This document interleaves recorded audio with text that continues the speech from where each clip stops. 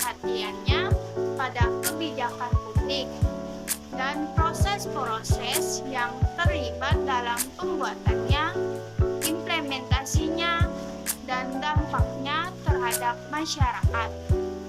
Disiplin ini memadukan studi antropologi yang berfokus pada kebudayaan, interaksi sosial, serta hubungan kekuasaan dengan kajian kebijakan untuk memahami bagaimana kebijakan diproduksi, bagaimana ia bekerja di masyarakat, serta bagaimana ia mempengaruhi kehidupan sehari-hari. Kemudian saya akan menjelaskan etnografi kebijakan. Metode etnografi di dalam antropologi kebijakan memberikan pendekatan yang mendalam untuk memahami kebijakan dalam konteks sosial dan budaya yang dinamis. Dengan menggali praktik kebijakan di lapangan, bagaimana kebijakan itu diinterpretasikan dan dijalankan, serta bagaimana masyarakat merespon kebijakan tersebut.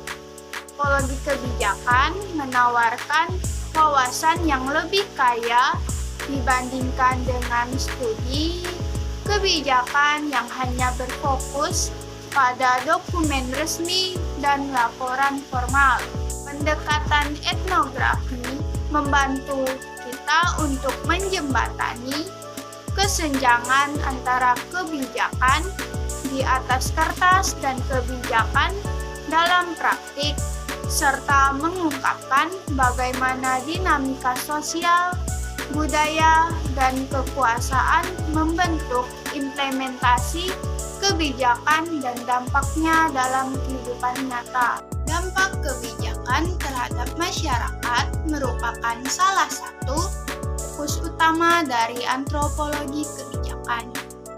Kebijakan seringkali mempengaruhi kelompok yang berbeda dalam masyarakat dengan cara yang berbeda pula, dan kelompok-kelompok yang terpinggirkan atau rentan mungkin menjadi lebih terdampak daripada kelompok yang dominan. Antropologi kebijakan mengeksplorasi bagaimana kebijakan dapat menciptakan atau memperkuat ketimpangan sosial, ekonomi, ataupun politik. Salah satu contoh yaitu kebijakan kesehatan. Kebijakan kesehatan yang dirancang untuk meningkatkan akses terhadap layanan kesehatan yang mungkin tidak merata dalam penerapannya, di mana masyarakat pedesaan atau kelompok minoritas etnis lebih sulit mendapatkan akses daripada dengan masyarakat perkotaan. Terakhir adalah kritik dan tantangan dalam antropologi kebijakan. Beberapa kritik terhadap antropologi kebijakan adalah seringkali pendekatan ini terlalu fokus pada level mikro dan tidak cukup melihat struktur kekuasaan yang lebih besar, seperti ekonomi global dan dinamika geopolitik.